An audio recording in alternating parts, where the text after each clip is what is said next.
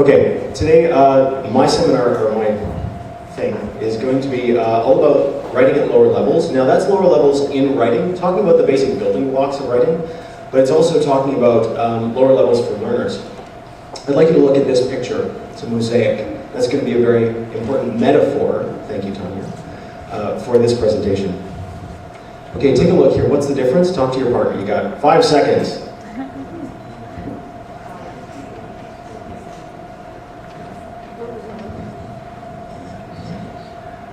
Black words, blue words.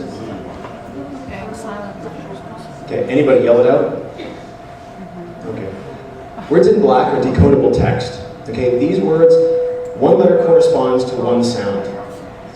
Words in blue, not the case. Not the case at all. Okay, so this is important. This is how we break out words in English. But how does this impact the teaching of Arabic speakers? Okay, we've got a balance. In English, most of our words, more than 70%, are sight-read words.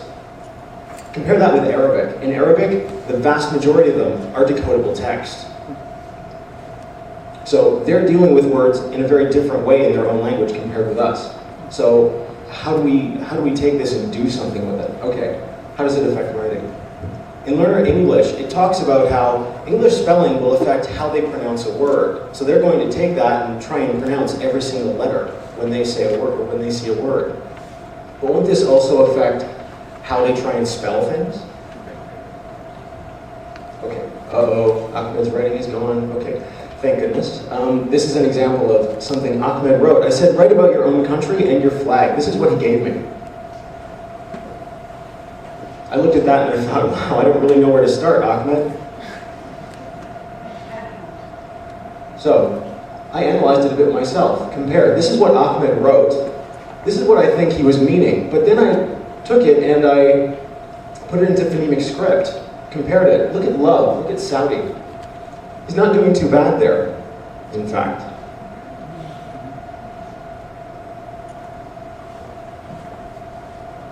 Next one. Wow, he's surprisingly consistent with how he writes Saudi.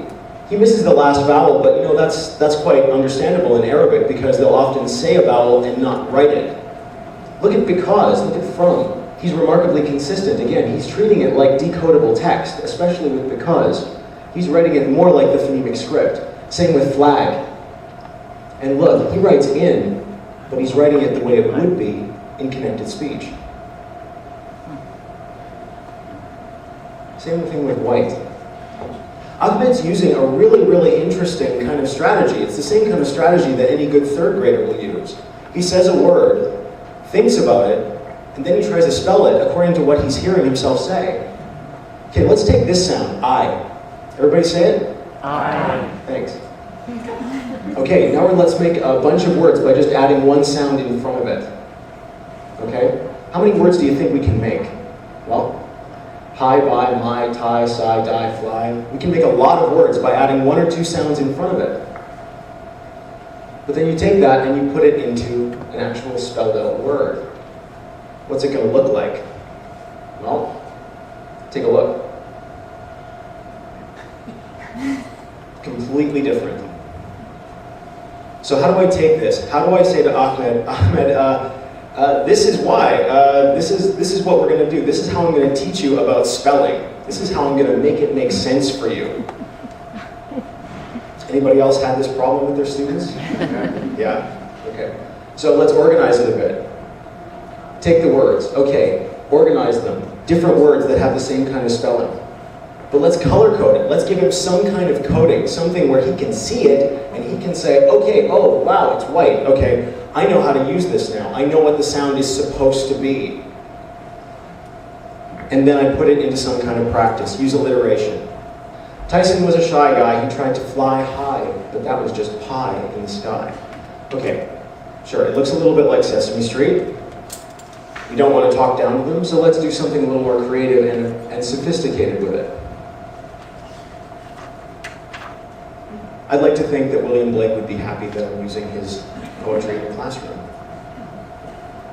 Tiger, tiger, burning bright. We can still do something really sophisticated. The advantage of using something like this, something like poetry, is it's using a lot of the unique features of discourse that students at an intermediate level still need to learn if they're going to do some really good writing.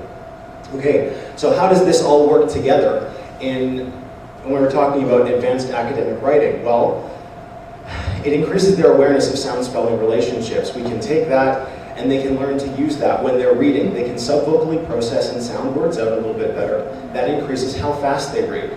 And then that increases how fast they can respond and how fast they can write their own response. So a lot of times we think about writing, but that's the end result. Really, we need to think about the beginning of that journey, pronunciation. I'd like you to keep this metaphor in mind. Look small, but remember the big picture. It's still a mosaic. Start with the little tiles, and the little tiles make a big picture. Thank you.